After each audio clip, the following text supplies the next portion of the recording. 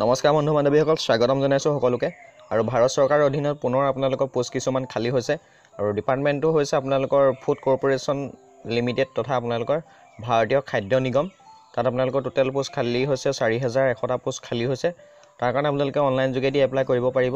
অসমৰ সকলো ল'ৰা ছোৱালীয়ে এপ্লাই কৰিব পাৰিব। তো কেনেকুৱা ধৰণৰ কোৱালিফিকেশ্যন বিচাৰিছে, কেনেদৰে আবেদন জনাব, পোষ্টবিলাকত এই ভিডিঅ'টোৰ জৰিয়তে সকলোখিনি আলোচনা কৰা হ'ব। হয় বন্ধু বান্ধৱীসকল, আপোনালোকক মই জনাই দিছোঁ যে 4103টা পোষ্ট খালী হৈছে FCI ৰিক্ৰুটমেণ্ট 2019। তাত পোষ্টবিলাক আছে আপোনালোকৰ JE আছে, ষ্টেন'গ্ৰাফাৰ আছে, টাইপিষ্ট আছে, এছিষ্টেণ্ট আছে। ঠিক আপোনালোকৰ তেনেদৰে হৈছেগৈ 4100টা পোষ্ট। আৰু যিটো কয় আপোনালোকৰ food corporation of India, Bharat চৰকাৰৰ চাকৰি হয়। আৰু তাৰ কাৰণে আপোনালোকৰ লাষ্ট ডেট যিটো দিছে 30 মাৰ্চলৈকে লাষ্ট ডেট দি দিছে এপ্লাই কৰিবৰ কাৰণে। তাৰে প্ৰথম পোষ্টটো হৈছে আপোনালোকৰ JE চিভিল ইঞ্জিনিয়াৰিং পঢ়াসকলে এপ্লাই কৰিব পাৰিব। তাৰ কাৰণে টোটেল পোষ্ট 114টা আছে। এনিজন মানে অৰ্থাৎ আপোনালোকৰ নৰ্থ ইষ্টৰ কাৰণে ৰাখিছে 2টা। তো এটা আছামৰ ল'ৰা ছোৱালীসকলেও এপ্লাই কৰিব পাৰিব যদিহে চিভিল ইঞ্জিনিয়াৰিং কৰিছে। ছেকেণ্ড পোষ্টটো হৈছে আপোনালোকৰ ইলেক্ট্ৰিকেল মেকানিকেল ইঞ্জিনিয়াৰিঙৰ হয়। টোটেল পোষ্ট আছে 72 আৰু আমাৰ নৰ্থ ইষ্টৰ কাৰণে আছে 8টা। তাৰ কাৰণে আপোনালোকে ইলেক্ট্ৰিকেল ইঞ্জিনিয়াৰিং পঢ়া হ'ব লাগিব। তাৰপিছতে আহিলে আপোনালোকৰ 3 নম্বৰটো ষ্টেনৰ গ্ৰেড 2 হয়। টোটেল পোষ্ট আছে 76 আছে, 8টা ৰাখিছে নৰ্থ ইষ্টৰ কাৰণে। তাৰ কাৰণে আপোনালোকে অলৰেডি জানেই ষ্টেন'গ্ৰাফাৰ এখন চাৰ্টিফিকেট লাগিব, লগতে আপোনালোকে গ্ৰেজুৱেট পাছ কৰিব লাগিব। এছিষ্টেণ্ট গ্ৰেড 2 হিন্দী হয়। ইয়াত আপোনালোকৰ নৰ্থ ইষ্টৰ কাৰণে এটা পোষ্ট আছে। ডিগ্ৰী কৰা হ'ব লাগিব, প্ৰফিচিয়েঞ্চি দিছে ইংলিছত, এক্সপিৰিয়েঞ্চ লাগিব এবছৰৰ আপোনালোকৰ ইংলিছ টু হিন্দী যিটো আপোনালোকে ট্ৰেন্সলেট কৰে তাৰ চাৰ্টিফিকেট লাগিব। 5 নম্বৰ পোষ্টটো হৈছে টাইপিষ্ট হিন্দী হয়। নৰ্থ ইষ্টৰ কাৰণে 4টা পোষ্ট আছে, গ্ৰেজুৱেট কৰা হ'ব লাগিব, লগতে আপোনালোকৰ চাৰ্টিফিকেট লাগিব যিখন টাইপিং হয় হিন্দী পৰা ইংলিছত কৰা, ইংলিছৰ পৰা হিন্দী কৰা, কম্পিউটাৰ চাৰ্টিফিকেট লাগিব। 6 নম্বৰ পোষ্টটো আপোনালোকৰ সৰ্বাধিক আছে এছিষ্টেণ্ট গ্ৰেড 3 জেনেৰেল। তো আপোনালোকে এইটো ইম্পৰ্টেণ্ট দিব। টোটেল আপোনালোকৰ পোষ্ট আছে 757টা, তাৰে নৰ্থ ইষ্টৰ কাৰণে 112টা ৰাখিছে।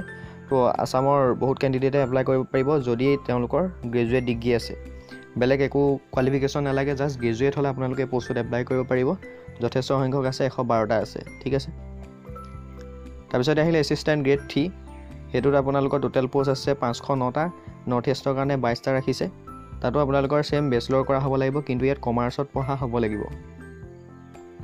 তাৰপিছত আহিলে এছিষ্টেণ্ট গ্ৰেড 3 হয়, টেকনিকেলৰ হয়। নৰ্থ ইষ্টৰ কাৰণে 3টা পোষ্ট ৰাখিছে। তাৰ কাৰণে BSc পঢ়া হ'ব লাগিব এগ্ৰিকালচাৰত, নাইবা BSc কৰা হ'ব লাগিব জুলজি, বায়'টেকন'লজি, মাইক্ৰ'বায়'লজি, ফুড ছাৰ্ভিচ এইবিলাক পঢ়া হ'ব লাগিব, নাইবা আপোনালোকে BTech কৰিলেও পোষ্টত এপ্লাই কৰিব পাৰিব।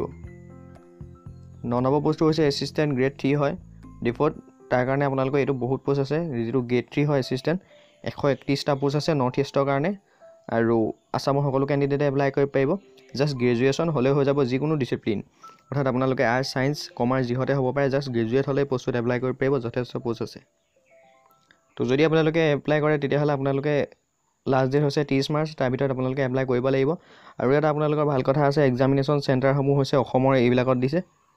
ডিব্ৰুগড়ত হ'ব, গুৱাহাটীত হ'ব, যোৰহাটত হ'ব, শিলচৰ হ'ব, তেজপুৰ হ'ব, আৰু এফালে গুৱাহাটীত হ'ব, ঠিক আছে। তো এক্সামিনেশ্যন চেণ্টাৰবিলাক অসমতে হ'ব আৰু বহুত পোষ্ট অসমতে পাই যাব। তাৰ কাৰণে এপ্লিকেশ্যন ফিজটো আপোনালোকে 500 টকা দিব লাগিব, জেনেৰেল, OBC, MOBC সকলে। আৰু যোনখিনি ST, SC আৰু PWD প্ৰাৰ্থী আছে তেওঁলোকে কোনো ধৰণৰ ফিজ দিব নালাগে।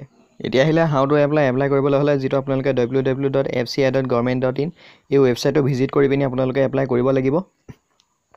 এপ্লাইটো আপোনালোকৰ 23 ফেব্ৰুৱাৰীৰ পৰা চলিছে, লাষ্ট ডেট হৈছে 30 মাৰ্চ।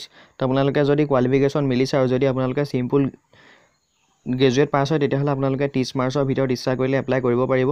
মই যিটো অফিচিয়েলি এডভাৰটাইজমেণ্ট হয়, এডভাৰটাইজমেণ্টৰ লিংকটো মই ভিডিঅ' ডিছক্ৰিপশ্যনত দি দিম, লগতে যিটো অনলাইন এপ্লাই কৰাৰ লিংক হয় মই লিংকটো ভিডিঅ' ডিছক্ৰিপশ্যনত দি দিম। তো আপোনালোকে ইচ্ছা অনুযায়ী চাই পিনি এপ্লাই কৰি ল'ব পাৰিব। আৰু যদি আপোনালোকৰ কিবা সুধিবলগীয়া থাকে তেতিয়াহ'লে মোৰ ভিডিঅ'ৰ তলত কমেণ্ট কৰিব। ভিডিঅ'টো ভাল লাগিলে লাইক কৰিব আৰু সকলো ফ্ৰেণ্ডক ভিডিঅ'টো যিমান পাৰে শ্বেয়াৰ কৰি দিব। আৰু যদি চেনেলটো এতিয়ালৈকে ছাবস্ক্ৰাইব কৰা নাই, ছাবস্ক্ৰাইব কৰি ছাইডৰ বেল আইকনটো দবাই ৰাখিব, তেতিয়া যিকোনো ধৰণৰ ইনফৰ্মেশ্যন আপোনালোকে সময়মতে পাই থাকিব।